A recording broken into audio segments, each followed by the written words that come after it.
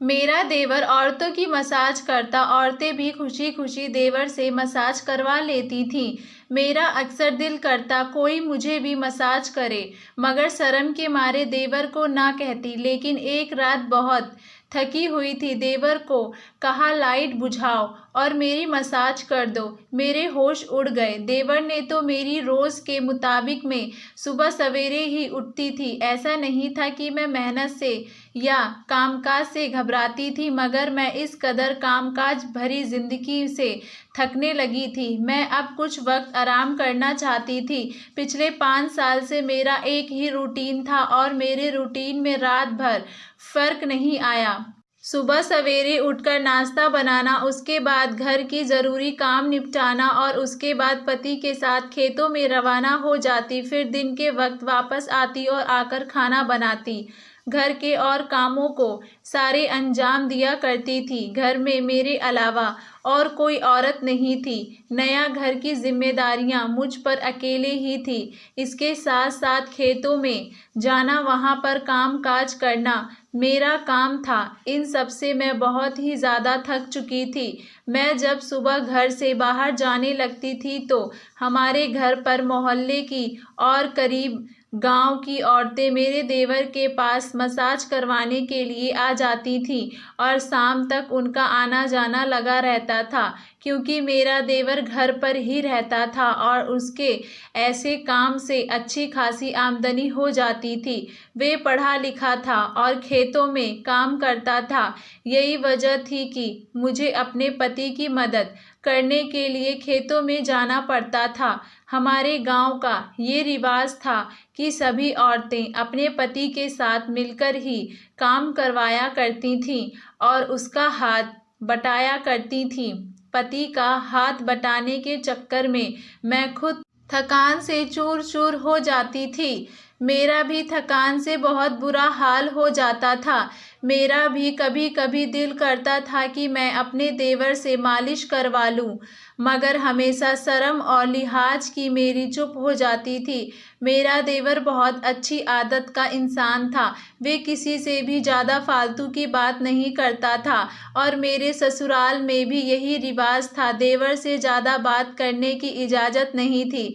मेरे पति ने मुझे पहले ही दिन बात कह दी थी कि हमारे यहाँ औरतों का मर्दों के साथ ज़्यादा बातचीत करना पसंद नहीं किया जाता है। मैं खुद भी कम बोलती थी। मैं भी ज़रूरत के वक्त ही उसके साथ बात किया करती थी और तीनों वक्त में उसके कमरे में खामोशी से खाना खाकर आती थी। कभी कभी उसका मूड होता तो वे हम दोनों मियाँ बीवी के साथ खाना खाता। ज़्यादातर वे अपने कमरे में ही रहता था।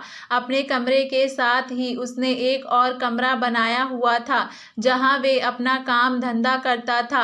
मुझे अपने देवर की समझ नहीं आती थी। वैसे तो वे बहुत खामोश और शर्मीला था, मगर मैं अक्सर सोचती थी कि फिर ये ऐसा काम कैसे कर लेता है। औरतों को मसाज देने से शर्म नहीं आती। मुझे तो सोचकर शर्म आने लगी थी। जब मैं अपने पति से ये बात की तो वे हंसकर कहने लगे कि इसका तो ये काम है और रोजगार भी उसी से ही चलता है। अगर वे अपने काम पर शर्माएगा तो खाएगा कहाँ से। उनकी बात सुनकर मैं खामोश हो गई थी। कभी कभार जब मैं काम से बहुत थकी हारी होती तो मेरा दिल था कि मेरा भी जिस्म कोई दबा दे कि मेरी थकावट दूर हो सके, मगर मैं अपनी ख्वाहिश का इजहार किसी से भी नहीं कर सकती थी। मेरी शादी को उस वक्त सिर्फ 2 साल हुए थे। मेरी सास का देहांत हो गया था। उसके बाद सिर्फ सारी जिम्मेदारी मेरे कंधों पर आ गई थी। उनकी मौजूदगी में मैंने एक पल भी सुख का सांस नहीं लिया था। 2 साल मैंने जैसे कांटे पर बसर किए थे। वे पल पल मुझे पर निगाहें रखती थी। मैं कहाँ जा रही हूँ, क्या कर रही हूँ, उनकी निगाहें हर चीज़ पर होती थी। मैं उस माहौल से बहुत ही ज़्यादा परेशान हो चुकी थी। मेरी शादी के 1 साल बाद उन्होंने मुझे औलाद ना होने के ताने देना शुरू कर दिए थे। मैं उस बात पर बहुत रोती और गिड़गिड़ाती थी। ऊपर वाले से रोकर दुआ मांगती थी मेरी जल्द से जल्द गोद भर दें ताकि मुझे अपनी सास के तानों से छुट्टी मिल सके। मगर शायद मेरी किस्मत में अभी आजमाइश लिखी थी। मैं अभी एक औलाद से मसरूफ़ थी। फिर एकदम से मेरी सास बीमार रहने लगी थी। बहुत से हकीम और डॉक्टर से उनका इलाज करवाने की कोशिश की गई, मगर उनकी बीमारी किसी की भी समझ में नहीं आ रही थी। उनके दोनों बेटे उनसे बहुत ज़्यादा प्यार करते थे। मेरे ससुर का बहुत साल पहले देहांत हो गया था। मेरी सास ने उन दोनों का माँ बाप दोनों बनकर अकेले ही पाला था, तो वो बहुत गुस्से मिजाज वाली औरत थी। उन्होंने सारी ज़िंदगी बहुत शराफ़त से गुजार दी थी। उनके माँ बाप ने उन्हें दूसरी शादी करने का बहुत ज़ोर दिया। अगर अपने बच्चों की वजह से उन्होंने दूसरी शादी करने से इनकार कर दिया था। उन्होंने अपनी सारी ज़िंदगी अपने दोनों बेटों के लिए कुर्बान कर दी। शायद यही वजह थी कि उनके दोनों बेटे भी उनकी बहुत ज़्यादा कदर करते थे और माँ की हर बात उनके लिए हुक्म का पालन करना होता था। जब मेरी सास बीमार पड़ गई तो दोनों बेटे उनकी चारपाई के साथ लगकर बैठे रहते थे और तमाम पूंजी अपनी माँ के इलाज में खर्च कर दिए, ये सोचकर कि शायद उनकी माँ बच जाए, मगर वे ज़िंदगी ही इतनी लेकर आई थीं। चंद महीनों के बाद वे विदा हो चुकी। उसके बाद जहाँ मैंने सुख का सांस लिया, वहीं पर घर की सारी जिम्मेदारी मुझ पर आ चुकी थी। घरेलू काम के साथ साथ मुझे अपने पति के साथ जाकर खेतों में काम करना भी पड़ता था। मेरी सास की बीमारी के दौरान मेरे पति और देवर बहुत कर्ज चढ़ा चुके थे, जिसकी वजह से हमारे हालत काफ़ी हद तक ख़राब हो चुके थे और कर्ज उतारने के लिए ही हम तीनों बंदे ही अपनी जगह पर बहुत ज़्यादा मेहनत कर रहे थे ताकि जल्दी से इस कर्ज से छुटकारा पा सकें। अब जब मैं काम काज करने के बाद अपने पति के साथ खेतों में जाने लगी, तब हमारे घर में औरतों का आने का सिलसिला शुरू हो जाता।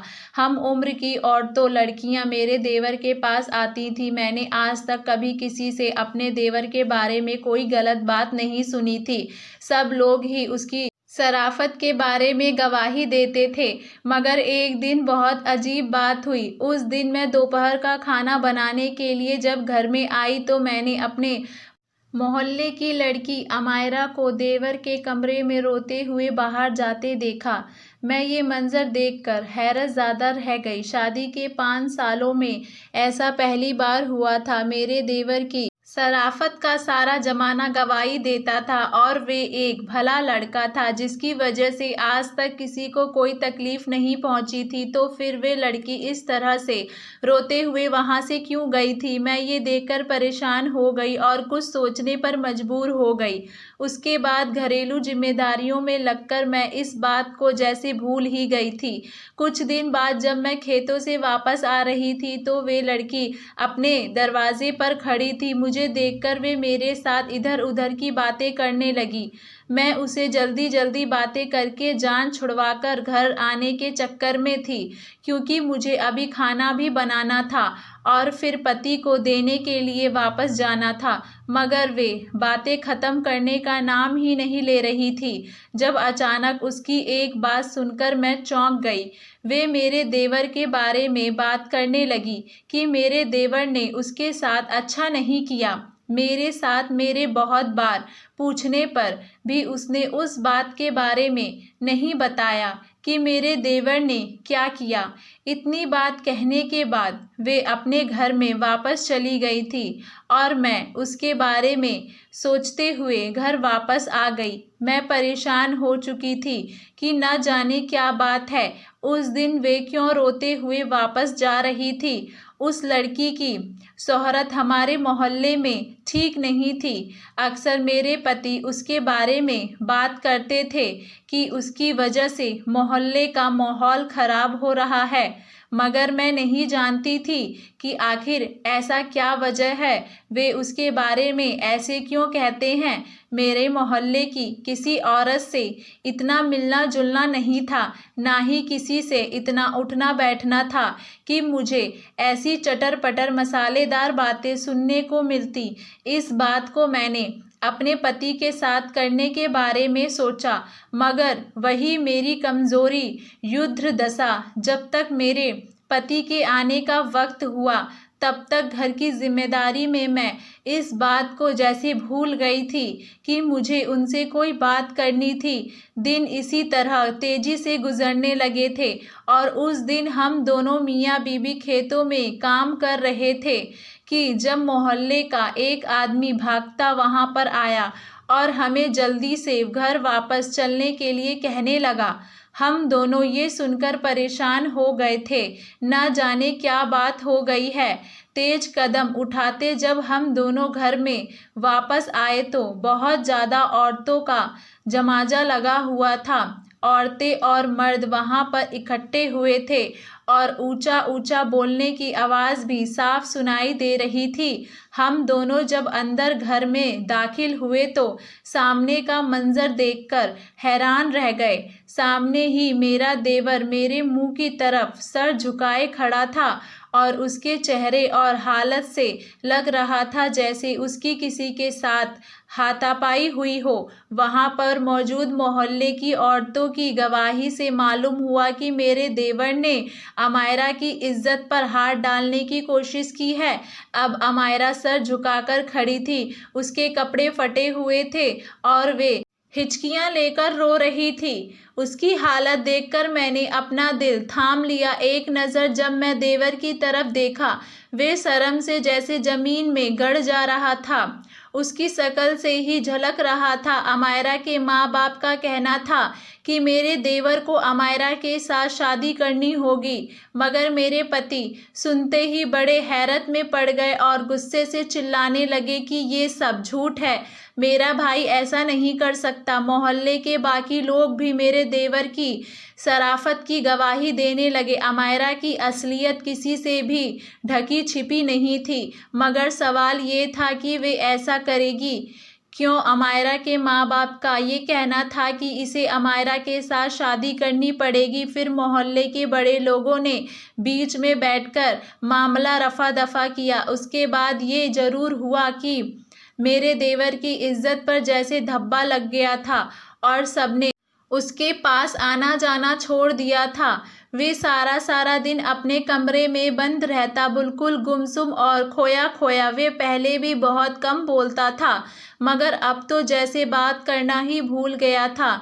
उसकी हालत देखकर मुझे उस पर तरस आता था। मेरा दिल भी ये मानने को इनकार कर रहा था कि मेरा देवर ऐसा कर सकता है। मेरे पति ने बहुत कोशिश की कि वे उसके साथ खेतों में जाकर काम करें, मगर उसने सुनते ही साफ इनकार कर दिया। और फिर मेरे पति के दोस्त की वजह से उसके लिए शहर में नौकरी का बंदोबस्त हो गया था और वे शहर में ही एक किराए का कमरा लेकर रहने लगा। अब हम दोनों मियाँ बीवी घर पर अकेले रह गए थे। अक्सर मुझे अपने देवर की कमी महसूस होती थी। मेरे पति भी उसके लिए उदास रहते थे।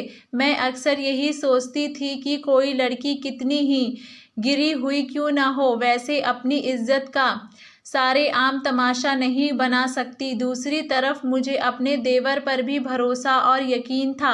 मैंने उन 5 सालों में उसमें कोई भी खराबी नहीं देखी थी।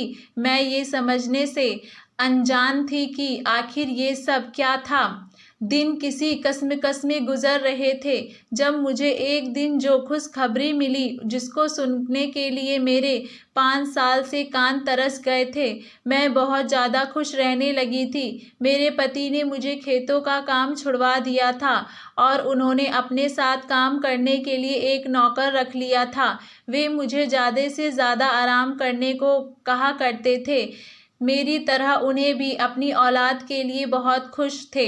हम दोनों ने इस खुशी के लिए इतने साल से इंतज़ार किया था। कुछ दिन बाद मेरा देवर छुट्टी पर गांव वापस आया और मुझसे मिलने के बाद रोज़ के मुताबिक अपने कमरे में जाकर आराम करने लगा। अब मेरे पति रात देर तक खेतों में काम करते रहते ताकि उन्हें ज़्यादा से ज़्यादा मुनाफा हासिल हो। अब होने वाली औलाद की वजह से उन पर जैसे जिम्मेदारी और बढ़ गई थी। मैं वापस घरेलू कामकाज से ही बहुत थक जाती थी। थकावट की वजह से मेरे जिस्म टूटने वाला हो जाता था। इस दिन भी मेरी बहुत बुरी हालत थी। मेरे पति अभी तक खेतों से वापस नहीं आए थे।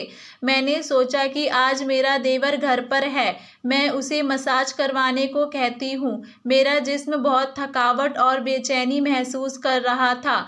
फिर मैं अपने देवर के कमरे में चली गई। मुझे देखकर वे चौंक गया। मैंने कुछ देर तो सोचा कि उसे कैसे बात करूं, मगर फिर ख्याल को एक जगह रखा और उससे कहा कि लाइट ऑफ करके अगर थोड़ी देर मेरी मसाज कर दो तो। अगली पल मेरे लिए हैरानी सब्र बन चुका था। जैसे राहुल अपनी जगह से उठा, उसके चेहरे पर डर के अंदाज होने लगे थे। नहीं भाभी प्लीज़, मेरे पास एक मेरे भाई का रिश्ता रह गया है। मैं इस रिश्ते को ख़राब नहीं करना चाहता। आप प्लीज़ यहाँ से चले जाइए। अपने देवर की आवाज़ सुनकर मैं जैसे हैरत में पड़ गई थी। शर्मिंदगी से मुझे कदम उठाना भी दुश्वार हो रहा था। मेरे देवर ने न जाने मुझे क्या समझ रहा था। मैं अपने कमरे में वापस आ गई थी। ये सोचते सोचते न जाने कब नींद की वादियों में खो गई थी। लेकिन मेरे देवर ने मुझे गलत क्यों समझा? मैं तो उसे सिर्फ मसाज के बारे में ही कहा था और अगले दिन सुबह सवेरे ही वे वापस चला गया था। फिर कुछ दिन बाद मुझे और पूरे मोहल्ले को ऐसी खबर सुनने को मिली जिससे हम सबके होश उड़ गए। उस दिन अमायरा ने सबके सामने रोते हुए इस बात का इकरार किया कि उसने मेरे देवर पर इल्ज़ाम लगाया था। वे दरअसल उसके साथ शादी करना चाहती थी, उससे प्यार करती थी, मगर मेरा देवर तेरा एक शरीफ इंसान। उसने जवाब अमायरा कोई इस बात से मना किया। उसे समझाने की कोशिश की तो अमायरा ने उल्टा उस पर इल्ज़ाम लगा दिया कि मजबूर होकर उसके साथ शादी कर ले। इस बात में ज़्यादा अमायरा का ही नुकसान हुआ था। उसके लिए रहे सहे रिश्ते आने भी बंद हो गए थे। अब एक बहुत ही बड़ी उम्र के आदमी का उसके लिए रिश्ता आया था और कुछ दिनों में उसने शादी होकर यहाँ से चले जाना था। पूरे मोहल्ले के लोगों ने दिल में जो मेरे देवर के लिए कांटा चुभ गया था, वे जैसे कहीं निकल गया था और अब मेरा देवर भी जैसे सबकी गिरफ्तार था। शर्मिंदगी से खुद से नज़र चुराए फिरता था। अपने देवर के इस बात पर जैसे मेरे सीने से भी एक हंसी निकल गई थी। मैं भी बड़े दिनों के बाद खुले दिल से मुस्कुराई थी और उसे कहा कि मैं तुम्हारे दिमाग की हालत समझती हूँ और मैं तुमसे नाराज़ नहीं हूँ। वे भी जैसे मेरी बात सुनकर हल्का फुल्का सा हो गया और फिर वापस चला गया। अब उसने अपने ऑफिस की एक लड़की को पसंद कर लिया था और उसके साथ शादी करना चाहता था। हमें भला इस पर क्या एतराज़ हो सकता था? हमारे लिए ये काफ़ी था कि वे अपनी ज़िंदगी में खुश और मगन रहे। हमने उसे खुशी खुशी से इजाज़त दे दी और उसकी ये सब ठीक है। जब उसकी भतीजी भतीजा इस दुनिया में आएगा तो वे तब ही शादी करेगा। और फिर जब ऊपर वाले ने मुझे एक चांद सा बेटा दिया तो फिर हमने कुछ दिन बाद में उसकी शादी की तारीख रखी और अब मेरे देवर की शादी हो चुकी है और वे बहुत खुश है। धन्यवाद।